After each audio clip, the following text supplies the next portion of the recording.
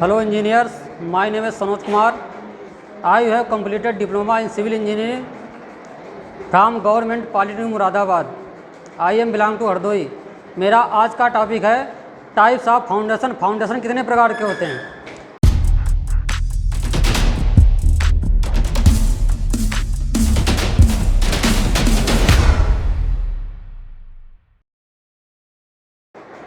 Foundation एक हमारा ऐसा मेंबर है जो स्ट्रक्चर के लोड को सोल पर इक्वल डिस्ट्रीब्यूट करता है, उसे हम फाउंडेशन बोलते हैं. फाउंडेशन ये दो प्रकार की होती हैं, शैलो फाउंडेशन और डीप फाउंडेशन.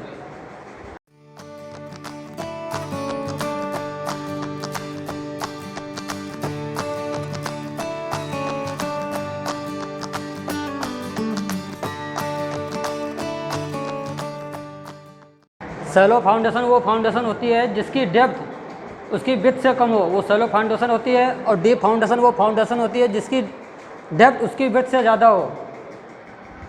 शैलो फाउंडेशन भी 5 प्रकार की होती हैं.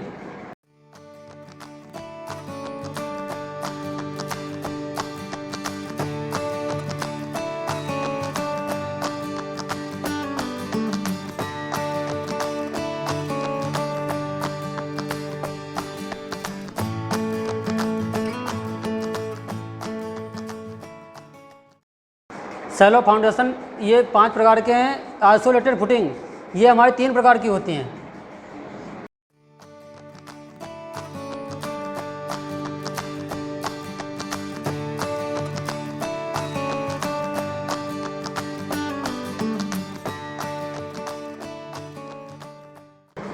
रेक्टेंगल फुटिंग हमारी वो फुटिंग होती है जिसमें जब लोड कम आता है तब रेक्टेंगल फुटिंग यूज करते हैं. इसका हमारा ये प्लान है.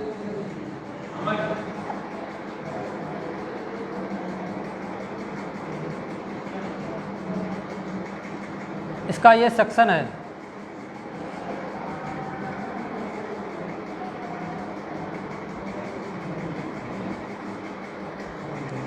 ये रेक्टेंगल फुटिंग है. स्टेप फुटिंग ये जैसे स्टेप दिखते हैं स्टेयर के स्टेप, उसी प्रकार से स्टेप फुटिंग हमारी होती है.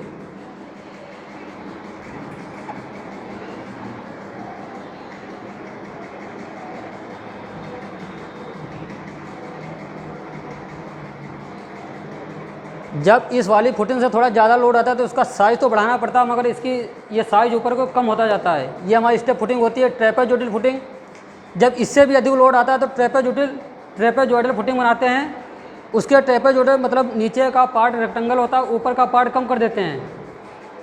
वो स्लोप थोड़ा दे देते हैं, इसलिए ऊपर का पार्ट कम करते हैं, क्योंकि कॉर्नर पर हमारा कोई लोड नहीं आता है, इसलिए वहाँ उसको ज़रूरत नहीं पड़ती है, इसलिए उसको ट्रेपेजोइडल के हिसाब से बनाते हैं.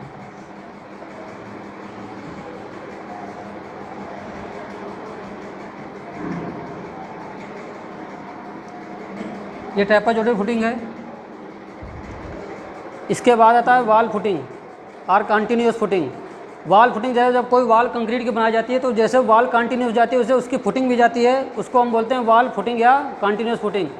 कंबाइंड फुटिंग मतलब जब दो कॉलम का लोड एक ही फुटिंग पर आ रहा हो उसे कंबाइंड फुटिंग बोलते हैं. या जब कॉलम मतलब बनाए होते हैं फुटिंग बनाने के लिए उसकी दोनों फुटिंग ओवरलैप कर रही हो तब वहाँ पर कंबाइंड फुटिंग दी जाती है. जैसे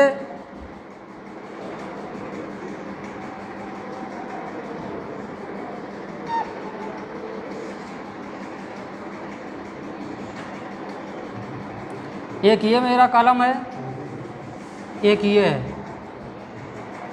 इनकी फुटिंग ओवरलैप करेंगे तो हम कंबाइंड फुटिंग देंगे. कंबाइंड फुटिंग देने से हमारा स्ट्रक्चर है इकोनॉमिकल हो जाता है.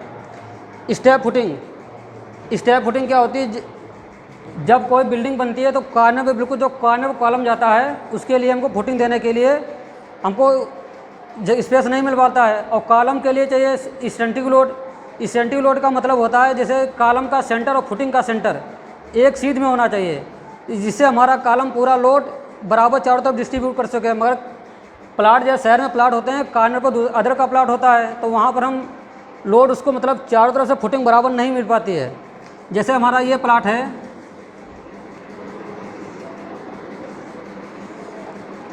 ये यहाँ पर दूसरे का प्लाट है, यहाँ पर ही दूसरे का प्लाट है.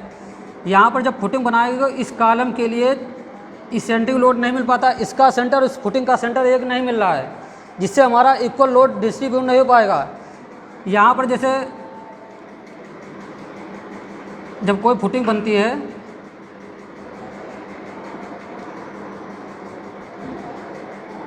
ये सेंट्रिक फुटिंग हो गई तो इसको स्ट्रैप, ये स्ट्रैप बीम बोलते हैं, इससे कंबाइन कर देते हैं, इसका लोड इस पर ट्रांसफ़र हो जाता है इक्वल, तब ये हमारा स्टेप फुटिंग बन जाती है।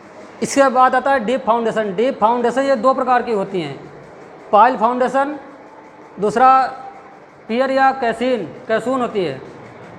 पाइल मतलब क्या, जब लोड ज़्यादा आता है, मतलब स्ट्रक्चर का लोड इतना आता है कि उसको बियरिंग करने के लिए सॉइल की कैपेसिटी, मतलब कैपेसिटी कम ज़्यादा नहीं होती है, तो उसको हार्ड बेस पर छोड़ा जाता है। इसके लिए पाइल फाउंडेशन का यूज़ करते हैं। पाइल फाउंडेशन का टॉप व्यू यह है।